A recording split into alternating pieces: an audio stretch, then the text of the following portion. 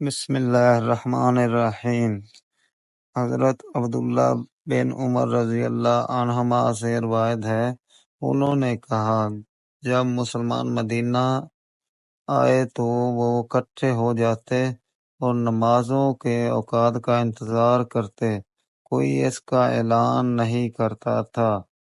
ایک دن انہوں نے اس کے بارے میں گفتگو کی تو بعض نے کہا عیسائیوں کے گھنٹے کے مانند ایک گھنٹہ لے لو، اور بعض نے کہا یہود کے کرنا جیسا کرنا۔ البتہ حضرت عمر رضی اللہ عنہ نے کہا تم ایک آدمی ہی کیوں نہیں بھیج دیتے جو نماز کا اعلان کرے؟